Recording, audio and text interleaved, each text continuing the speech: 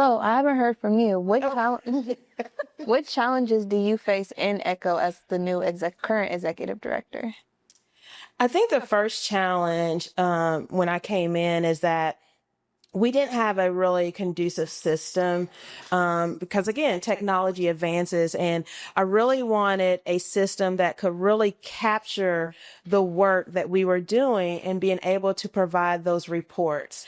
I wanted to make sure that individuals knew that we were being accountable for the work that we were doing. And so that was one of the first things coming in, is looking at the systems that were there.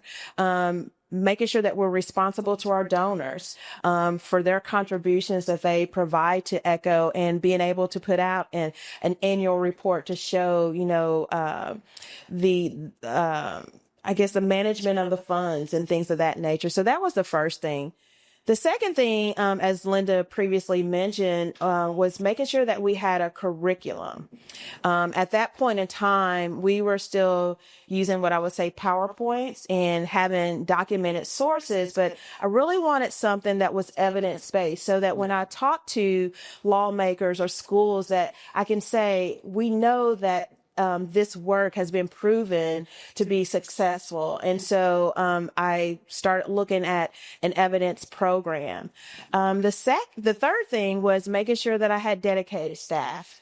I wanted to build the staff capacity, because with 97,000 kids at JCPS and however many youth serving organizations, I always had the thought of, how can we grow? Because the need is there. The capacity, we just didn't have the capacity at that point in time. And so those were the three priorities that I had coming into the organization. And then the thing was having dedicated board members that understood what the mission was, and where their passion lies, and how, again, we can utilize their skills and talents to, again, just make sure that we're going forward as an organization. So those were the initial challenges. The challenge that we are facing today, and again, over the course of the years, and we've been able to survive. And what comes to mind is a board member always in my ear saying, we've always been a survival mode, and we really want to be in a thriving mode. COVID really shook things up. And at that point in time, unfortunately, we did have to lay someone off, but we still wanted to have them on board. Because I'm an optimist. So I was like, there will be a time that we'll get past this. So that was a turning point to really look at the organization and what we needed to do. And one of the first things from that is that we really had to look at our revenue streams. At that point in time, we were almost 90% grant funded by one funder. And I knew that that was not going to be sustainable. So I had to get out and meet with different funders, do my research of who is offering funding around children youth programming, who was providing the funding around prevention efforts. And so I started meeting with these funders and these foundations, and learning more about them and sharing more about who we are. And so we have diversified our revenue streams with grant funding. We are proudly supported by CoSARE for Kids. We've been supported by Child Victim Trust Fund. We have had support from WHAS, Crusade for Children, and WellCare. So we have really diversified that as far as grant funds. As far as donor base, again, it was very important to me to make sure that I knew my donors, and donors knew that they could contact us.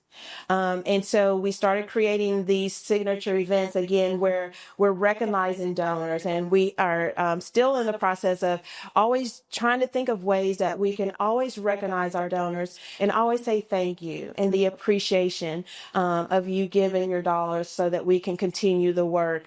And here recently in the past year, Echo has always operated free at cost, and I appreciate that. But again, the model has changed. And so we knew, again, for us to be stable, that we did have to create a fee for service.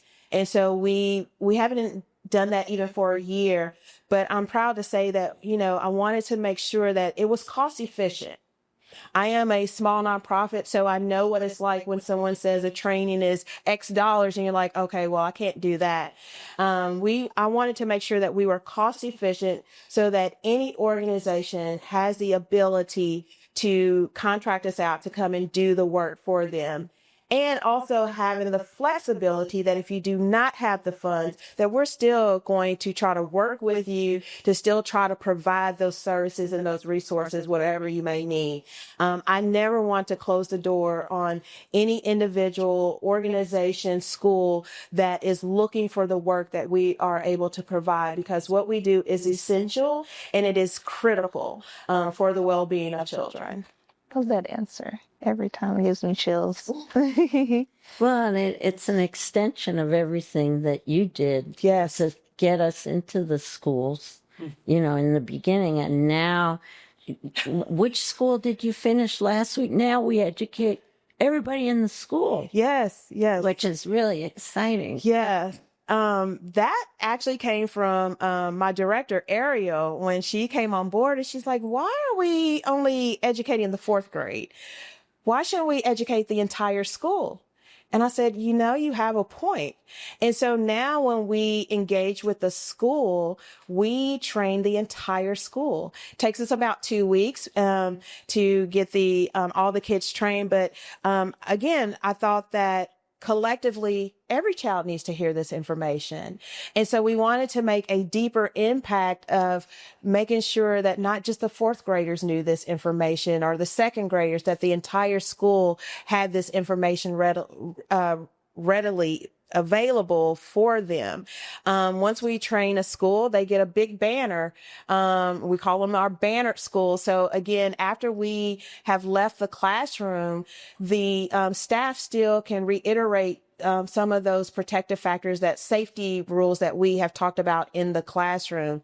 And so now we have, and we love JCPS. And as I mentioned, it's the word travels.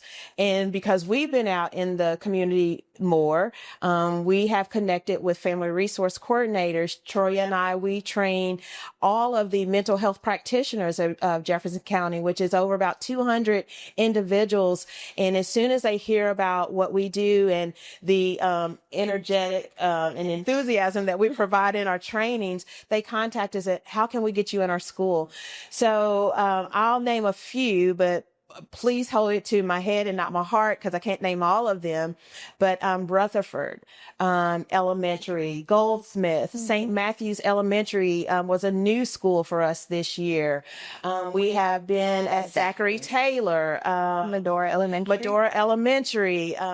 So we are really creating a stronger relationship and partnership with Jefferson County Public Schools, that I think that we are one of the resources that they utilize when an incident happens within the classroom or something that they hear from a child as well. Well, and I remember that we did work with the Catholic schools and stuff, and that's also happening, right? And so some of the private schools, so that continues, because there are kids everywhere, Absolutely. It'd be neat sometime to be able to reach the homeschool kids, which On it. I know the well, it's on the drawing board. I know it is, because I'm thinking of how we were going to do it, Yes. through an event or something. But I mean, because kids and parents are everywhere, Yeah, we used to have a program called Teens Keeping Kids Safe. And we went to Presentation Academy and worked with the senior class, and we trained them to train children. And we spent, I think, a couple of weeks in the classroom with the high schoolers, and then we scheduled classrooms for them to go in, and they taught the prevention programs. And that was a wonderful program, and it was lots of fun for the kids. And it's interesting enough, when we are out doing our adult trainings, many will come and say, I used to volunteer. I was in high school. And I was like, oh, you worked with Lucy, didn't you? So that, to me, again, that just speaks volumes of a small nonprofit that has major impact with so many people. Because in those adult trainings, we hear people still to this day, I wish there was something like this when I was a kid.